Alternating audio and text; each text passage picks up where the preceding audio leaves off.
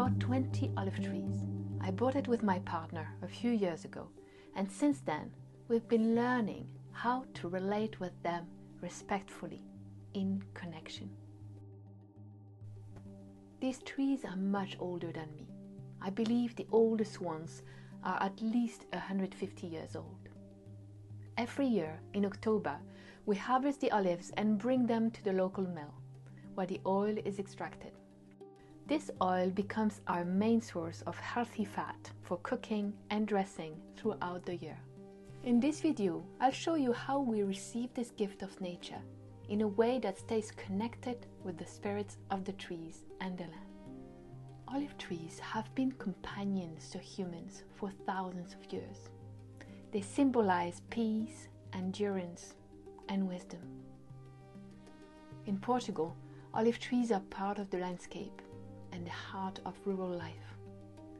Many of our neighbors gather for the harvest. It's a time to celebrate abundance. Over time, olive trees and humans have evolved together, learning from one another.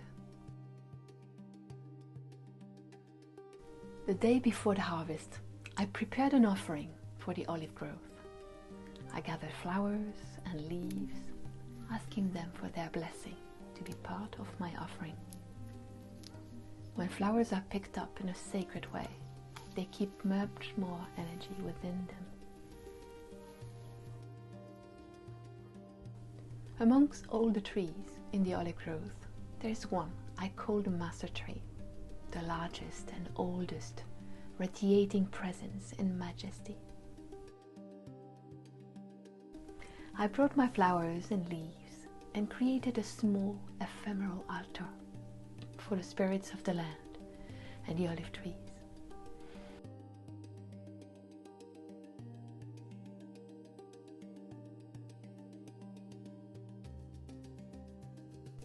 I added a few pieces of chocolate for the fairies.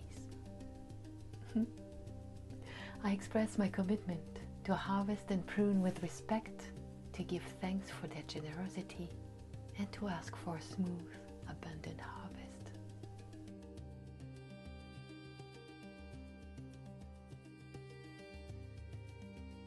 We start early in the morning, as it becomes quite hot in just a few hours. We first set the nets, about 3 by 6 meters each. We use 2 per tree, 1 on each side, overlapping slightly in the middle and tucked carefully around the trunk. Then we comb the branches gently, using small olive rakes. It feels like brushing their hair. A tender, rhythmic gesture. A wonderful act of meditation, perfect for quieting the mind.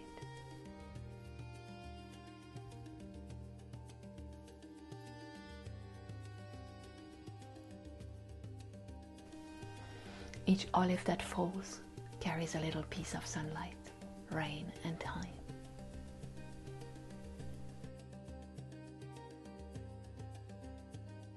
Pruning keeps the trees healthy and vibrant.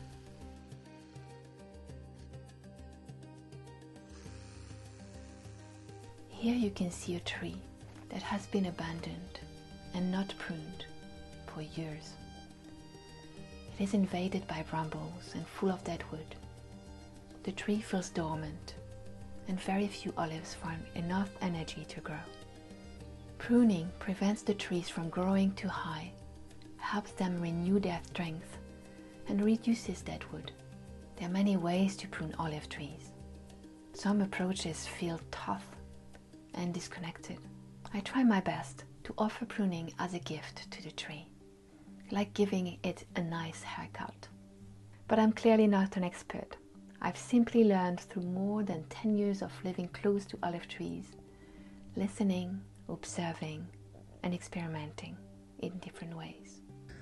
Okay, so for pruning, I'm using this tool, a reciprocating saw, and basically I am pruning the branches that are going vertical from the center of the tree, because I don't want the tree to continue growing up. I'm choosing to cut this branch, which is a vertical. I will do one mark on the lower side.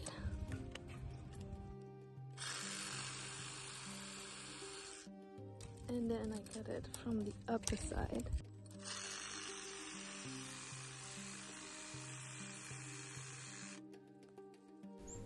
When pruning, I make the cut just beyond the branch collar, the slightly swollen area where the branch meets the trunk. This part of the tree contains living cells that help close the wound and protect it from decay. If you cut too close, you damage this protective tissue and slow down healing. If you leave too much, the stub dries out and also delays recovery. About 1/2 to 1 centimeter from the junction is ideal.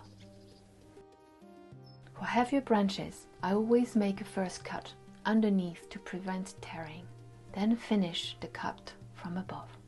And I cut at a slight angle so that rainwater doesn't stagnate on the wound. Sometimes I need to neaten the cut afterwards. If I make a mistake, if the main branch tears, for example, I pause for a moment, touch the wound, and offer my apology. Every time I feel an immense sense of forgiveness from these beings who have witnessed so many human generations before me. The cut branches are then combed over the nets, and the twigs are gathered for wood chipping, later used as mulch for our young trees.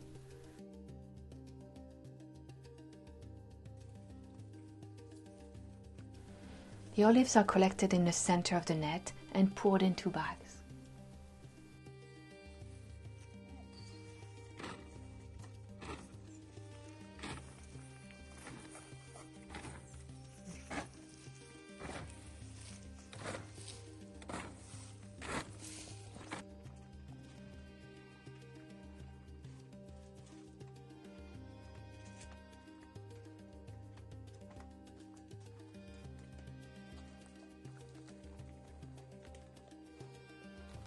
Back home, we weigh the bags. If we can't go to the mill immediately, we spread the olives on a tarp in a shaded place so they don't sweat or spoil in the bags. We need at least 200 kilos of olives for the mill to press a batch that is entirely our own, ensuring the olive we receive comes only from our olives, without any treatment. We arrived at the local mill at 8:30 a.m. When I saw my number, I was shocked. 248. Thankfully, I was told that the first digit didn't count, which meant that there were only 29 people ahead of us. Still, it turned into a 5-hour wait. At 1:30 p.m., it was finally our turn to unload our bags into the big funnel.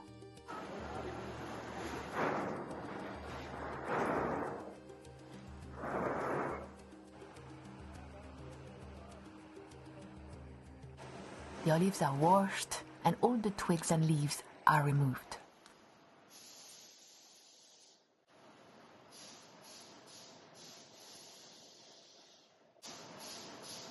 We have 242.2 kilos after washing. The oil is cold pressed and extra virgin, meaning it's extracted without heat or chemicals. For this olive harvest, we worked 5 days in a row, around 2 to 3 hours per day. We got 245 kilos of olives, and after washing, it became 242 kilos. And this gave a total of 32 liters of golden, beautiful, pure oil. The ratio was of 13%, quite better from last year. The acidity level of our olive oil this year is 0.5%.